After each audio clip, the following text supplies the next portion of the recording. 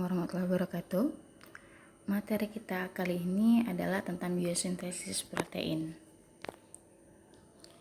Nah, ini adalah tahapan dari biosintesis protein. Yang pertama adalah replikasi DNA, kemudian yang kedua transkripsi, dan yang ketiga itu disebut dengan translasi. Mari kita bahas satu-satu tahapan-tahapannya.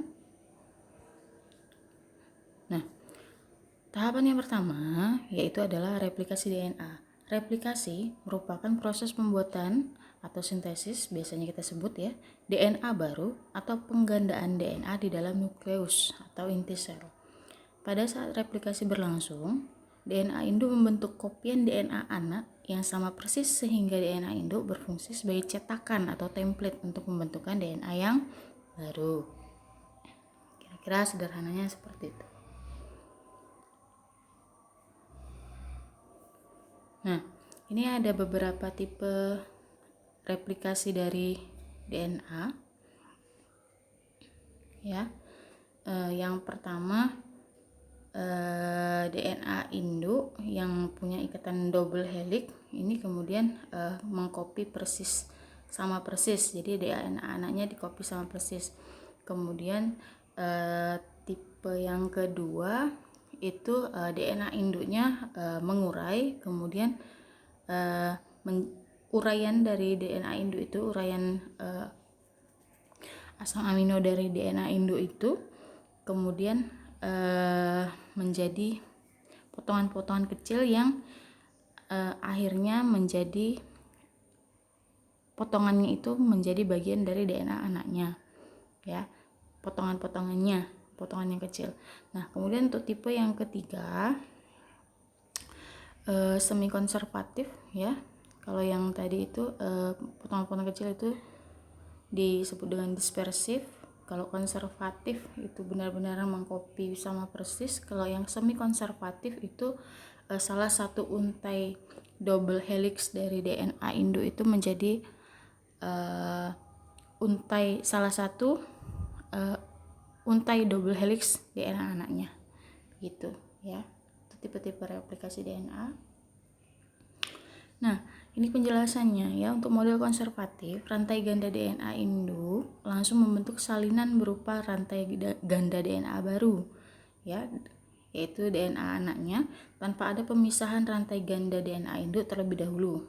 Kalau model dispersif, rantai ganda DNA hasil replikasi pertama maupun replikasi kedua dari DNA induk mengandung segmen atau potongan-potongan itu tadi, ya, campuran antara rantai DNA induk dengan rantai DNA yang baru atau DNA anak. Kemudian yang ketiga, model semi konservatif, rantai ganda DNA induk membuka atau memisah terlebih dahulu sehingga membentuk dua buah rantai tunggal DNA, ya.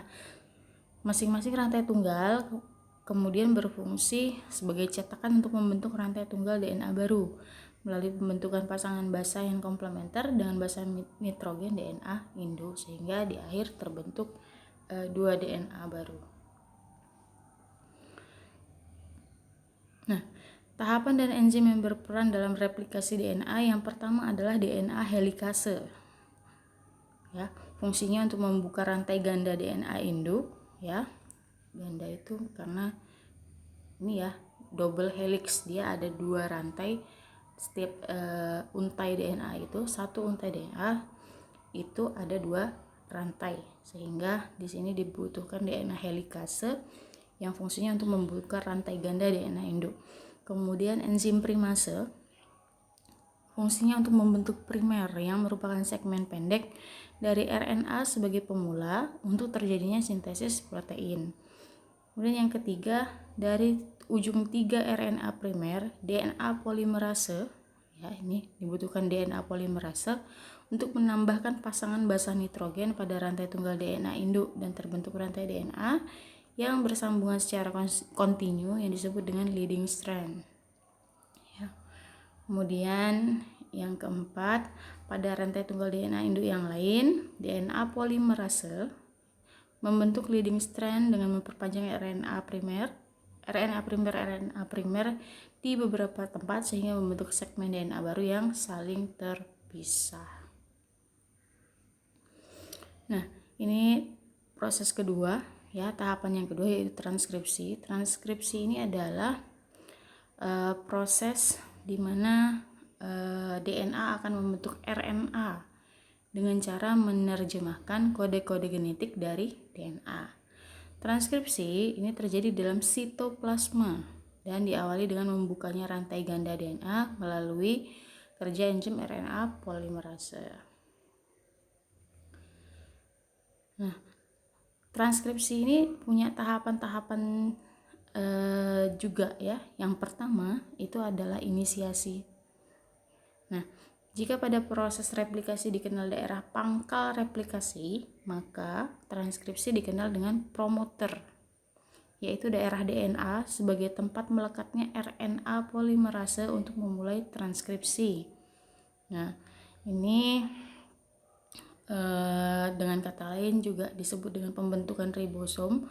Kodon pertama yang ditranslasi adalah AUG, selalu AUG ya. Kodenya adalah AUG. Nanti AUG ini ketika diterjemahkan menjadi asam amino, dia akan menjadi asam amino metionin. Jadi untuk inisiasi ya, proses inisiasi ini selalu dimulai dengan AUG itu ya. Mohon diingat, setiap kali proses transkripsi selalu dimulai dengan kode AUG, yaitu asam amino metionin. Yang kedua adalah proses elongasi ya. Setelah inisiasi, kemudian yang kedua adalah proses elongasi. Nah, ini terjadi setelah rantai ganda DNA terbuka ya. RNA polimerase ini kemudian menyusun untaian nukleotida RNA. Pada tahap ini RNA mengalami pertumbuhan memanjang seiring dengan pembentukan pasangan basa nitrogen. Jadi setelah pembentukan AUG tadi terjadi proses elongasi atau pemanjangan. Jadi panjangnya seberapa ya tergantung dari proses penerjemahan ini tadi, penerjemahannya nanti ya. Kemudian yang ketiga adalah terminasi atau pengakhiran. Setelah transkripsi selesai, rantai DNA menyatu kembali seperti semula dan RNA polimerase segera terlepas dari DNA. Akhirnya RNA terlepas dan terbentuklah RNA messenger yang baru. Ya.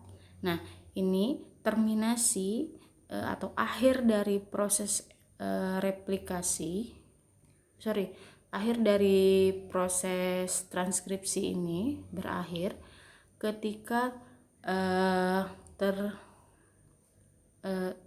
didapatkan atau misalnya ditemukan kodon tanpa makna ya, kodon tanpa makna. Jadi contohnya seperti AUG ini ketika diterjemahkan menjadi metionin. Nah, ini ada yang namanya kodon tanpa nama.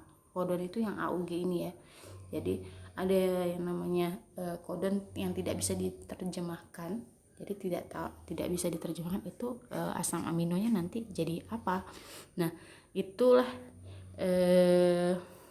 akhir dari proses transkripsi karena dia terhenti di situ gitu ya. Nah, ini proses transkripsi. Nah, DNA-nya itu yang atas ya, di situ per 3 huruf. Jadi kode kodon itu adalah per 3 huruf A, T, G, C, C, G, T, T, A. Kemudian setelah itu diterjemahkan ya menjadi template selalu jadi setelah diterjemahkan itu selalu lawannya. Misalnya A itu menjadi T menjadi A, G menjadi C menjadi G, seperti itu ya. Setelah diterjemahkan kemudian disintesislah RNA messenger. Nah, RNA messenger ini T, kalau yang T itu menjadi A menjadi U ya, C menjadi G. Nah, G menjadi C, seperti itu. Nah, silahkan nanti dicari tahu A itu apa, T itu apa, U itu apa, G itu apa, C itu apa. Ya, silahkan nanti dicari maknanya apa. Di sini saya hanya akan memberi informasi bahwa nanti berubahnya jadi apa. Jadi DNA itu rantai double helix DNA setelah terbuka dia akan menjadi untai tunggal. Nah, untai tunggal itu kemudian diterjemahkan dulu ya menjadi lawannya. Ya, setelah menjadi lawannya kemudian disintesislah RNA messenger. Nah, terjemahannya seperti ini ya. Setelah jadi RNA messenger, kemudian masuklah kita ke tahap berikutnya yaitu translasi.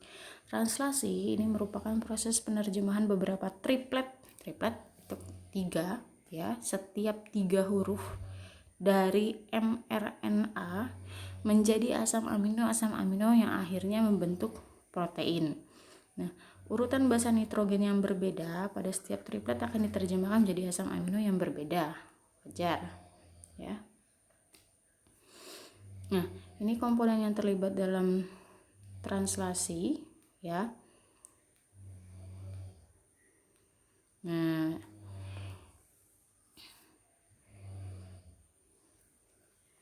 tadi di akhir proses transkripsi akan terbentuk RNA messenger. Dia nih gambarannya seperti ini mRNA messengernya sebagai template-nya.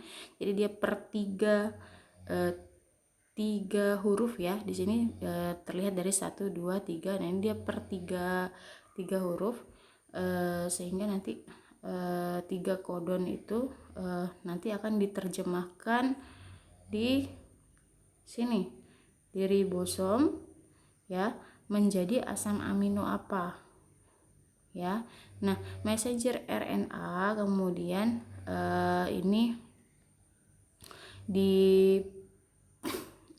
ketemu dengan transfer RNA ya untuk membutuhkan transfer RNA untuk membentuk atau menerjemahkan menjadi asam amino apa. Bisa dilihat di sini. Jadi ini template-nya atau cetakannya RNA messenger masuk ke dalam ribosom. Nah, kemudian diterjemahkan oleh transfer RNA per 3 basa kodon, kemudian barulah terbentuk asam amino ya, asam amino yang nantinya akan membentuk untai DNA yang baru. Nah, ini penerjemahan kodon saat translasi. Jadi perhatikan di sini kalau dia bahasa kodenya U. Nah di sini diterjemahkan menjadi AAA. Jadi U itu ketika diterjemahkan menjadi A. Jadi ini messenger RNA-nya. Nah, ini transfer RNA-nya. Kemudian setelah itu baru Nah, ini untuk tahapan translasinya juga kurang lebih sama kayak di transkripsi, ada yang namanya inisiasi. Nah, inisiasi ini jadi sebenarnya ya persis sama kayak di transkripsi, cuma kalau di transkripsi itu untuk menghasilkan RNA messenger, tapi kalau di translasi itu udah diterjemahkan. Jadi prosesnya sama persis. Ketika di transkripsi itu ada inisiasi AUG. Nah, AUG-nya hasil dari proses transkripsi adalah AUG. Ya, sampai situ. Nah, AUG kemudian masuk ke proses translasi, dia diterjemahkan jadi apa? Tuh ya. Nah, AUG itu ketika diterjemahkan menjadi asam amino, dia akan menjadi asam amino metionin. Nah, metionin adalah produk dari proses translasi. Nah, itu adalah proses inisiasi dari translasi. Jadi menerjemahkan kode AUG menjadi metionin itu adalah proses inisiasi dari tahap translasi. Kemudian yang kedua, elongasi ya lanjutan dari elongasinya transkripsi ya, pemanjangan rantai atau untai asam amino dari DNA itu sampai mana. Nah, itu proses. Kalau di transkripsi itu bentuk hasilnya kode ya, kode di mRNA. Nah, kalau di translasi dia sudah dalam bentuk asam amino. Nah, ini ya. Bisa dilihat di sini, ini adalah mRNA-nya, kemudian ini ada transfer RNA diterjemahkan, baru kemudian setelah itu dari transfer RNA itu diterjemahkan menjadi asam amino apa, sampai terjadi terus menerus terus sampai pada akhirnya nih ketemu dengan yang namanya stop codon. Stop codon itu adalah codon yang tidak dikenali. AUG, kemudian CCG ini akan diterjemahkan oleh transfer RNA menjadi GGC. Nah, GGC ini akan menjadi prolin ya. Kemudian UAU itu menjadi apa? Kemudian GGC itu menjadi tirosin, dan seterusnya sampai kemudian ketemu dengan UAA. Nah, UAA ini tidak punya makna, tidak bisa diterjemahkan ini menjadi asam amino apa. Ketika sudah menemukan atau sampai di kodon yang tidak bisa diterjemahkan, maka proses dari translasi itu selesai. Nah, ini terminasi. Ya, terminasi itu ya yang tadi ya, kalau ketemu dengan kode yang tidak bisa diterjemahkan maka prosesnya selesai. Intinya itu terminasi. Nah, ini adalah tabelnya. Perhatikan di sini ya. Kode yang ada di sini ini adalah kode kodon di transfer RNA ya, kode kodon di transfer RNA yang diterjemahkan oleh transfer RNA. Kemudian nanti setiap 3 atau triplet kodon itu menjadi asam amino apa. Tuh ya, perhatikan di sini kayak UUU itu akan menjadi fenilalanin, UUA atau UUG itu sama. Kalau ketemu dengan kode UUA atau UUG dia akan sama-sama menjadi leusin. Yang lain juga sama, silakan dibaca sendiri ya. Kemudian di sini ada stop codon. Stop codon itu ada 3, ada UAA, UAG atau UGA. Nah, itu kalau udah ketemu dengan triplet yang 3 macam ini, UAA, UAG, UGA, itu biasanya proses dari translasi itu terhenti ya. Nah, ini AUG adalah initiation codon, jadi kodon inisiasi. Jadi selalu proses inisiasi itu dimulai dengan kode AUG dan diakhiri dengan kalau enggak UAA, UAG atau UGA. Selalu seperti itu.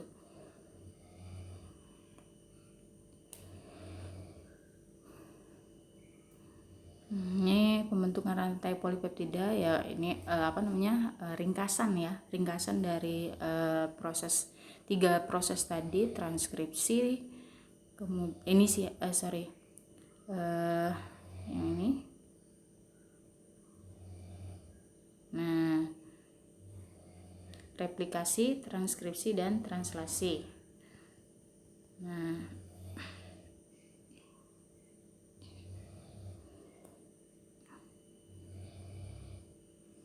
nih ya, istilahnya DNA induk ini dia diterjemahkan menjadi mRNA. Ini dilihat atau yang diperlihatkan garis yang hijau ini ya, kemudian masuk ke dalam ribosom, kemudian diterjemahkan oleh transfer RNA menjadi